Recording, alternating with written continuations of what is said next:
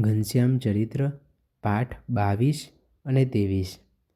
ઘનશ્યામની ભૂખ લાગી હતી ત્યારે તેમણે ભાભી પાસે શું ખાવાની હઠ પકડી હતી? પેડા, લાડુ કે સુખડી? સાચો જવાબ છે પેડા। ઘનશ્યામ કંદોઈ પાસે પેડા લેવા માટે શું લઈને દોડતા થયા? લાકડી, બુટ્ટી કે વીંટી? સાચો જવાબ છે વીંટી। કંદોઈને શું જોઈને આશ્ચર્ય થયું? મીઠાઈના ટોપલા ભરેલા જોઈને, સોના મહોરના ટોપલા જોઈને, ટોપલામાં પૈસા જોઈને? સાચો જવાબ છે મીઠાઈના ટોપલા ભરેલા જોઈને। ઘનશ્યામ જ્યારે તળાવડી પાસે રમતા હતા ત્યારે ઘનશ્યામને ક્યાં ખાપો વાગ્યો? હાથમાં, સાથળમાં કે પગમાં? સાચો જવાબ છે સાથળમાં।